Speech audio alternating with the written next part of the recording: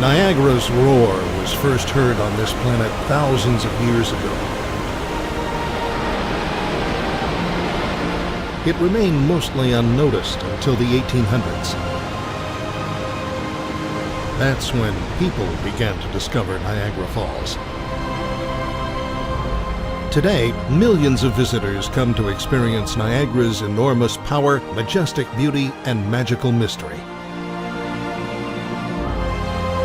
From April to October, about 34 million gallons of water every minute crash over the falls some 175 feet into the lower Niagara River.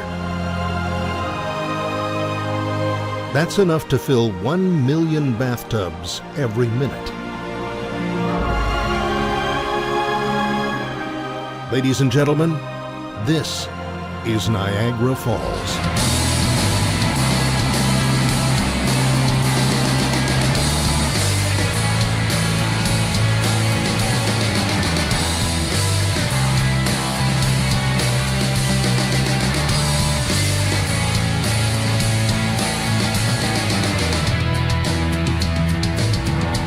Jet boats attack with a vengeance to overcome the power of the river.